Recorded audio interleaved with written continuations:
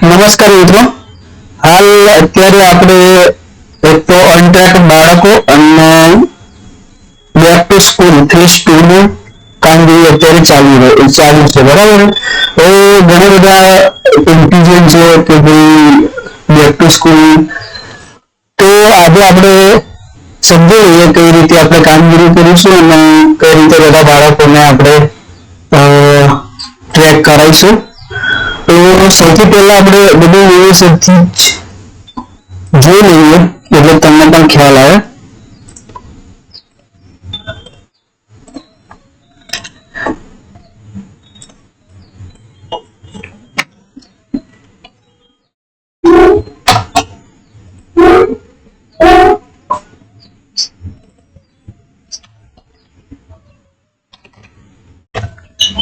ચાલો, લોગિન થઈ ગયું છે, બરાબર. જે રીતે અહીંયા ડેશબોર્ડ દેખાય છે, આ આપણા તાલુકાનો ડેશબોર્ડ છે. આવી જ રીતે તમારા શાળાની અંદર પણ ડેશબોર્ડ દેખાતું હશે. તો સૌથી પહેલા આપણે અનટ્રેક જે બાળકો છે એ બાળકો એવા છે જે ચાલુ વર્ષના 2026-27 ના બાળકો છે, બરાબર. અહીંયા 1432 આંકડો દેખાય છે અનટ્રેકનો, પણ 1432 બાળકો અનટ્રેક નથી. આમાં જે તે રિઝન સિલેક્ટ થઈ ગયેલું છે ઓલરેડી. તો આમાં કઈ રીતે આપણે કરવું એ એક્સેલ શીટ ડાઉનલોડ કરી અને તમને બતાવીશ, એટલે તમે ધ્યાનથી જોજો કઈ રીતે આપણે કામગીરી કરવી અને કઈ રીતે સરળતાથી આપણે કરી શકીએ છીએ. તો સૌથી પહેલા અહીંયા એક્સેલ શીટ ડાઉનલોડ કરી આ અનટ્રેક બાળકોની વાત થઈ રહી છે. પછી આપણે બેક ટુ સ્કૂલના બાળકોને કેવી રીતે લઈશું અને આ કયા બાળકો કયા વર્ષના પછી આપણે જોઈશું. તો આ અત્યારે આપણે અનટ્રેક બાળકોની માહિતી જોઈ રહ્યા છીએ. તો આવી રીતે તમારે પણ એક્સેલ શીટ શાળામાંથી અને ક્લસ્ટર કક્ષાએ પણ ડાઉનલોડ થઈ જશે. તો આ બાળકોની મેં અહીંયા એક્સેલ શીટ ડાઉનલોડ કરી છે. આ ટોટલી અહીંયાથી 14 જે ટોટલ રજીસ્ટર છે એ બધી અહીંયા ડાઉનલોડ થઈ જશે. અહીંયાથી આપણે સિલેક્ટ એ બાળકો કરવાના છે કે જે આપણે ટ્રેક કરવાના છે. તો એક્સ કોલમ છે એની અંદર ન્યુ સ્ટેટસ છે, બરાબર. તો એમાં આપણે સૌથી પહેલા ફિલ્ટર કરીશું. ફિલ્ટર કર્યા પછી અહીંયા આ જે રિજનો છે એમાંથી આપણે જે રિજનો છે ને ડ્રોપ આઉટ છે તો એની ઉપર ટિક કાઢી નાખશું. પછી અત્યારે ટ્રાન્સફર, તો આની ટિક કરી નાખશું. બાકીના જે છે રિજનમાં ઓલરેડી છે. આ ડેટ છે તો મરણવાળા છે, બોર્ડ ફેલ છે તો ફેલ વાળા છે, ઇન સ્કૂલ તો આ બાળકો શાળામાં છે, આઈટીઆઈ તો આઈટીઆઈમાં ગયા છે, અને આ બાળકો જે છે GSOSમાં ઓલરેડી રજીસ્ટર થઈ ગયા એટલે અમને આપણે જોવાના નથી. સૌથી પહેલા આપણે ડ્રોપ આઉટ અને ટ્રાન્સફર વાળા આ બે બાળકો આપણે ફિલ્ટરમાંથી કાઢી અને જે આવે એ બધા આપણે ડિલીટ મારી લઈશું.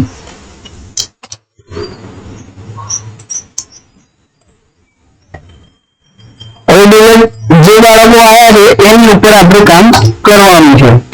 તો અત્યારે હાલ 253 બાળકો આપણી જોડે આવે છે અને 253 બાળકો જે છે એ અનટ્રેકમાં છે.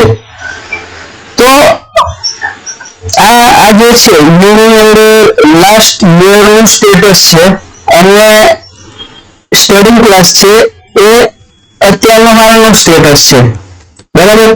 હવે અહીંયા જે છે ટ્રાન્સફર થયેલા છે પણ કોઈ શાળામાં કોઈ જગ્યાએ ટ્રેક થયેલા નથી એવા બાળકો છે. તો આની આપણે આવી રીતે યુનિટ આઈડી બાળકને લઈ અને એની હિસ્ટોરિકલ હિસ્ટ્રી હોય છે એ આપણે ચેક કરીશું એટલે આપણને ખ્યાલ આવી જશે. આવા બાળકોને આ રીતે તમારે સર્ચ બોક્સમાં જઈને અને યુઆઈડી નંબર નાખી અને ગો કરવાનો. ગો કરશો એટલે અહીંયા 25-26માં એ બાલવાટિકામાં ભણતું હતું અને 26-27માં બાળક પહેલા ધોરણમાં આ શાળામાં આવ્યું છે પણ એ લોકોએ ટ્રાન્સફર એટલે કે 2 નંબર આપેલો છે પણ સામેવાળી શાળાએ કોઈ જગ્યાએ ટ્રેક કર્યું નથી. એના કારણે આ બાળક તમારા એમાં અનટ્રેકમાં આવે છે. આ થઈ ગઈ ચાલુ વર્ષની અનટ્રેકની વાત. બીજી વસ્તુ કે બેક ટુ સ્કૂલ છે. આવી રીતે તમારે એકવાર ચેક કરી લેવાનું અને એ બાળકનો આ રીતે યુનિટ આઈડી જે છે યુનિટ આઈડી લઈ અને આપણે ડાયરેક્ટ બાળકને ટ્રેક કરી લેવાનું ડિસ્ટન્સથી આપણને એ બાળકનું કન્ફ્યુઝન દૂર થઈ જાય.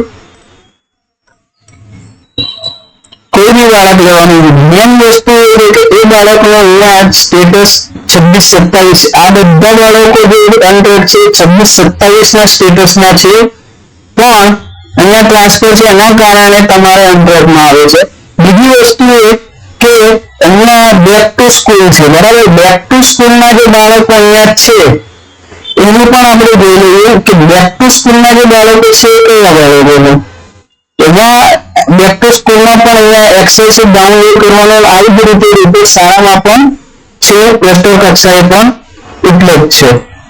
તો આ રીતે અહીંયા એક્સેસ ડાઉનલોડ કરી ઉપર પણ અહીંયા ડેશબોર્ડ પર બતાવે છે. ત્યારબાદ સૌથી પહેલા અહીંયા એક એક્ટિવ ઇન CTS, બરાબર. અહીંયા તમે જોશો તો આ બાળકો તમે ફિલ્ટર મારશો તમારી શાળામાં તો અહીંયા ફોલ્સ અને ટ્રુ છે. જો ટ્રુ તમે ટ્રુ કાઢી નાખવાનું. ટ્રુ વાળા બાળકો એવા છે કે જે તે શાળાની અંદર આ બાળકો ટ્રેક કે કોઈ રીઝન આપી દીધા છે. એક્ઝામ્પલ તરીકે આપણે જોવા જઈએ તો આ એક બાળક છે જે ટ્રુ છે એનું યુનિક આઈડી આપણે સર્ચ કરી અને સર્ચ બોક્સમાં જોઈ લઈએ આ રીતે અને યુનિક આઈડી કોપી કરી અને ફરી આપણે આવી જઈએ CTS-માં અને અહીંયા આ કોપી મારી અને એની હિસ્ટ્રી જોઈ લઈએ. આ બાળક જે છે એ 26-27 ના સ્ટેટસમાં આ શાળાની અંદર આ ધોરણમાં GSOS ના રજીસ્ટર થઈ ગયેલું છે, એટલે આ અનટ્રેક ના ગણાય, તમારું કાઉન્ટ મારી દીધું, બરાબર. પણ એના સિવાય હવે આ જે છે ટ્રુ આપણે જોયું એટલે આ ટ્રુ ને જોવાનું ટ્રુ છે થઈ ગયેલા છે. હવે ફોલ્સ વાળા સિલેક્ટ કરી એટલે ફોલ્સ વાળા જોવાના છે.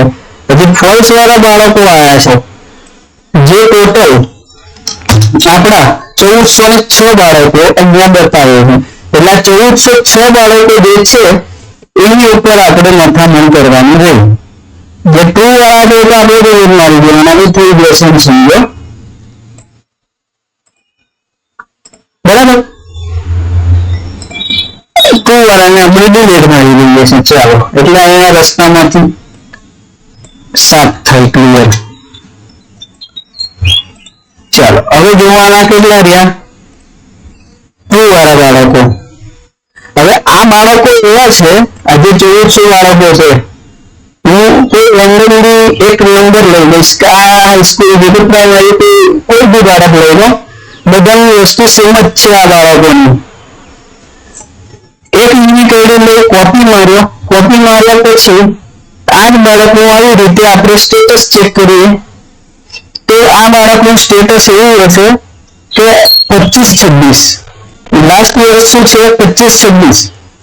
તો 25-26 ની અંદર આ બાળક આ શાળાની અંદર 2 અને 10માં 2 પાઉન્ડ બતાવેલો હતો. હવે આ બાળકનું કંઈક કરવું પડે કે આ બાળક ક્યાં છે શું છે જોવું પડે, કાં તો GSOS-માં રજીસ્ટર કરવું પડે. એના સિવાય બીજા કોઈ બી રેન્ડમલી નંબર લઈએ. આ તો 2 પાઉન્ડમાં તો બહુ ઓછા બાળકો છે, પણ એના સિવાય જે છે એ આપણે ચેક કરીશું. ચલો આ એક બાળક છે જેની હિસ્ટ્રી આ રીતે છે. 25-26 જે છે આ 25-26 નું બાળક છે, GSOS-માં રજીસ્ટર છે, પણ 25-26 એટલે કે ગયું વર્ષ. આ વર્ષની 26-27 ના વર્ષનું આ બાળકનું સ્ટેટસ શું? આ બેક ટુ સ્કૂલ એ કહેવામાં આવે છે કે 25-26માં તમારી શાળામાં ભણતું હતું, GSOS-માં રજીસ્ટર પણ હતું, પણ 26-27માં આનું સ્ટેટસ ક્યાંય છે નહીં. તો 26-27માં આ બાળકને ફરી GSOS-માં રજીસ્ટર કરવામાં આવે તો ફરી કરી શકાય, અથવા તો જે તે એનું રીઝન હોય એ બતાવીને અપડેટ કરી તો આ બેક ટુ સ્કૂલમાંથી બાળક તમારું નીકળશે. આ બધા એવા બાળકો છે. એટલા માટે આ રીતે તમે સરળ પદ્ધતિથી તમારી બે રીતે યુનિક આઈડી આ રીતે ચેક કરી અને આ બાળકો જોઈ લેવાના. તો મેન વસ્તુ એ છે કે સૌથી પહેલા અહીંયા એકેડેમિક યર છે એ જો આ બાળક જે છે એ 24-25 નું છે, 25-26 નું પણ નથી. 24-25 માં આ બાળક આ શાળાની અંદર 8મા ધોરણમાં ઈ સ્કૂલમાં હતું, પણ ત્યાર પછી અત્યાર સુધી એનું કોઈ સ્ટેટસ અપડેટ થયું નથી. તો આ બાળકને કાં તો તમે 24-25 માં 8મામાં હતું એટલે 25-26 માં 9મામાં આવે અને 26-27 માં હાલ 10મામાં આવે. તો એ બાળક ચેક કરી અને જે સ્થિતિ હોય એ પ્રમાણે CPS માં ટ્રેક કરી અને અપડેટ કરવું, તો આ બાળક તમારું ત્યાંથી નીકળે બેક ટુ સ્કૂલમાંથી, એના સિવાય નીકળશે નહીં.